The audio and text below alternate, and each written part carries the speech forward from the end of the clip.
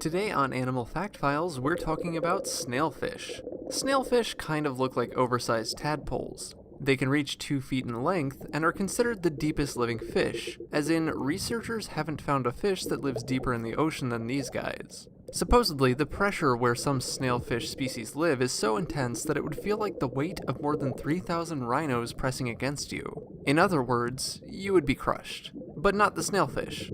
Snailfish are found from the Arctic to Antarctic waters. They occur most diversely in the Pacific Ocean, but also appear in the Atlantic and Indian Oceans. Though snailfish live at a depth of 4.5 miles below the ocean's surface, some species are also found in tide pool areas. Though the tide pool living snailfish probably don't visit their abyssal relatives for the holidays, and vice versa. It's believed there are hundreds of snailfish species, with plenty more that haven't been named. Snailfish don't have scales, but they do have long dorsal fins that reach back to their tails, and they often come equipped with a sucker. In shallow water species especially, snailfish use this sucker to hold fast to the bottom or even hitch a ride on roving crabs to their next meal. Snailfish use crabs for other more heinous reasons, but we'll get back to that in a bit.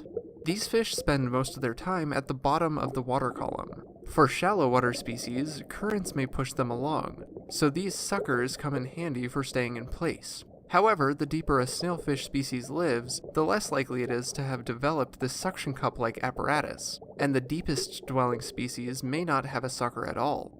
While perusing the ocean floor, snailfish seek out prey in the form of worms, crustaceans, cephalopods, and gastropods. Strangely enough, these fish may also commonly be called sea snails. However, this common name seems even more confusing than snailfish, so we'll just stick with that. Of course, in the instances of both common names, it feels worth it to say these animals aren't snails.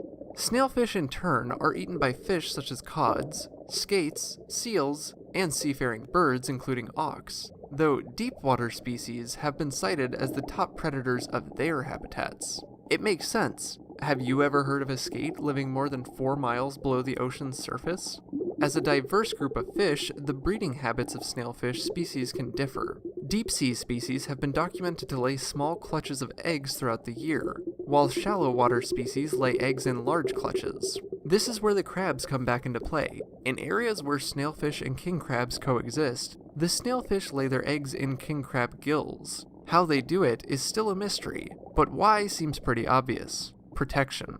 The female specifically seeks out a king crab that has recently molted and lays at least one clutch of more than 800 eggs in the king crab's gills. Here, the eggs are protected and aerated in the gill chamber until they hatch. Unfortunately for the crabs, the relationship seems mostly parasitic, because the eggs often harm the crab's gills and no benefit for the crabs carrying the eggs has been found. Other species are less diabolical and lay their eggs in substrate and protect them, like normal fish.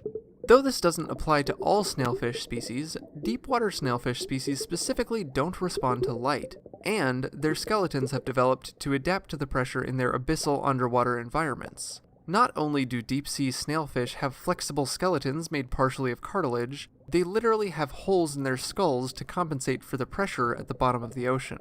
For more facts on snailfish, check out the links in the description. Thank you to ReflexArc for today's request. Give a thumbs up if you learned something new today, and thank you for watching Animal Fact Files.